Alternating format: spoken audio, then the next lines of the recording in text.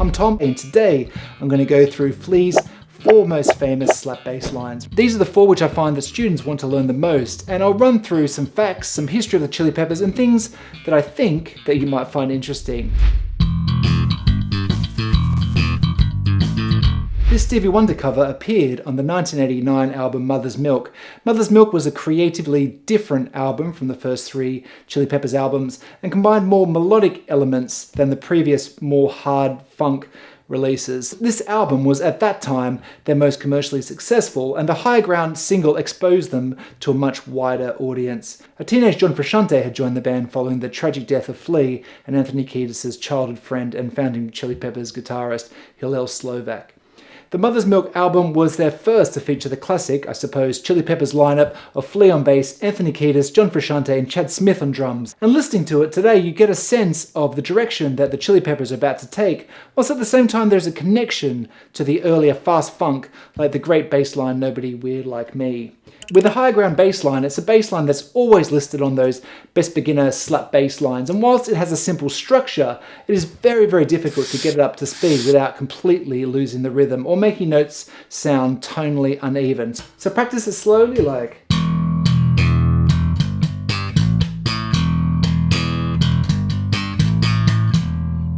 and really focus on trying to get the notes nice and clear and consistent.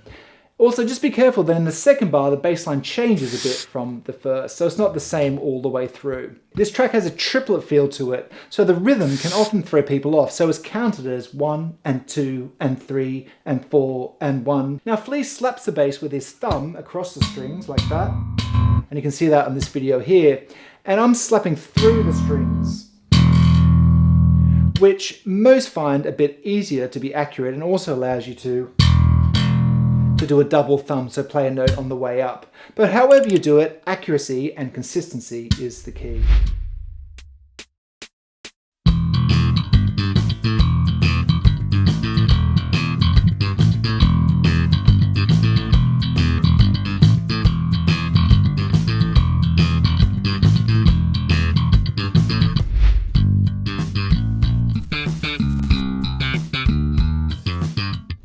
In 1991, the Chili Peppers blew up following the release of the Rick Rubin produced Blood Sugar Sex Magic. The album had a bunch of global hits: Under the Bridge, Suck My Kiss, Breaking the Girl, and also that amazing interplay between Flea's bass and John Frusciante's guitar, which have come to know as the Chili Peppers sound. But in 1992, John Frusciante, growing uncomfortable with the fame and suffering from addiction, left the band. In 1995, he was replaced by Jane's Addiction guitarist Dave Navarro. The resulting album, One Hot Minute, was not a classic Chili Peppers album and did underperform commercially, and Dave Navarro left the band in 1998. The single Aeroplane, though, has a great slap bass line, and Chili Peppers do still play this track live. The bass line is pretty simple, with octaves over a 2-chord progression. With all the slap bass lines today, to get a good tone, you need a set of bright strings. The sound of slap is a combination of the note plus the harmonic of the strings slapping against the fretboard. Without a bright set of strings, you won't get those harmonics, and your tone will be less slappy and more, I don't know, tappy. So the classic way to practice your tone is to slap each string to get a nice even sound. And before I forget, if you do find today's lesson valuable, give me a like and do consider subscribing if you want more content like this. Alright, so here's this bass line.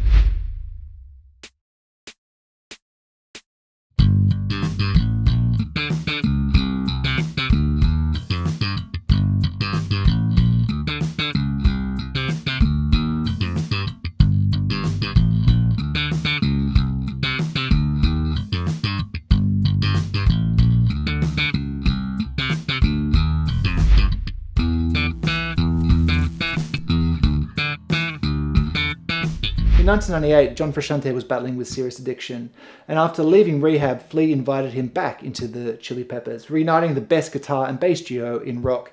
In 1999, they dropped Californication. The album sold 15 million copies and put the Chili Peppers back on the top of the music world. They followed it up with By the Way in 2002, filled with massive hits, By the Way, Zephyr Song, and this track, Can't Stop. There are some isolated bass tracks floating around the internet, and there are some imperfections in Flea's playing, but some slight imperfection is bound to happen when you play with this energy. But this energy is what rock is all about. And I think it shows what a great producer that Rick Rubin was, because he kept them in, even though in 2002 it would have been easy with technology to make everything sound robotically perfect. In Flea's autobiography, Acid for the Children, Flea writes about what a band needs to be able to do. A band needs to be more than good at playing music. It needs to tap a source, awaken a feeling. Anyone can learn to play an instrument, but the spirit needs to step in. And I think that awakening a feeling represents everything about Flea's performances. So with this bass line, there's this recurring melody throughout.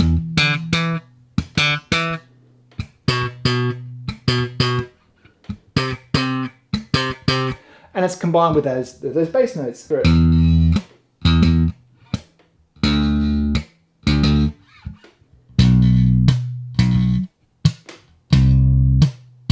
The dead notes are tough to lock in consistently, but just keep practicing, and yeah, that's what really makes the bass line, the combination of the notes plus the dead notes.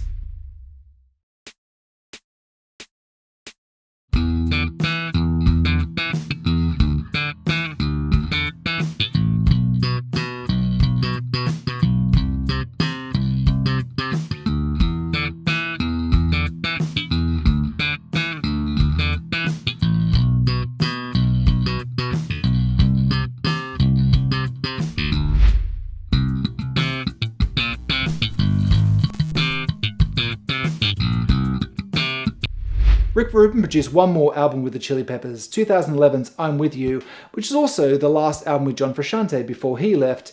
And the next album was the Mighty Mouse produced The Getaway, which featured Klinghoffer as a guitarist.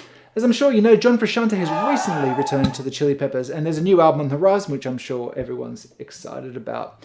The Getaway album is a bit more polished than the Rick Rubin ones. This track, Dark Necessities, has a fantastic slap bass line, and the chorus bass line, which is played fingerstyle, is really interesting. I'll probably do a future video on that. Like the Can't Stop bass line, there is a recurring motive within the bass line, and it's a bit challenging to try to slap and pop over 3 strings if you're only used to 2. So in these parts here, and also there's that double dead note like this one here, and that recurs throughout. And in bars 5 and 6 of the bass line, there's a slightly different techniques involved, which can really throw people out when they're learning it. This descending sequence here is a really nice way to bring the bass line back home.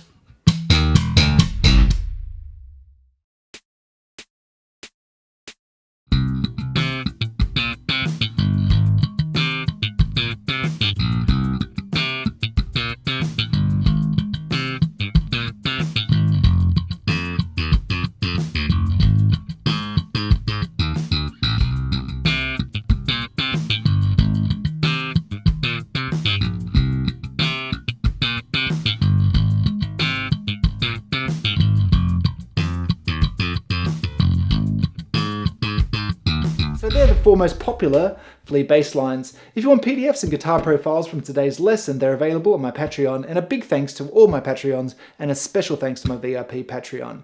Alright, here's some more videos that you might find interesting.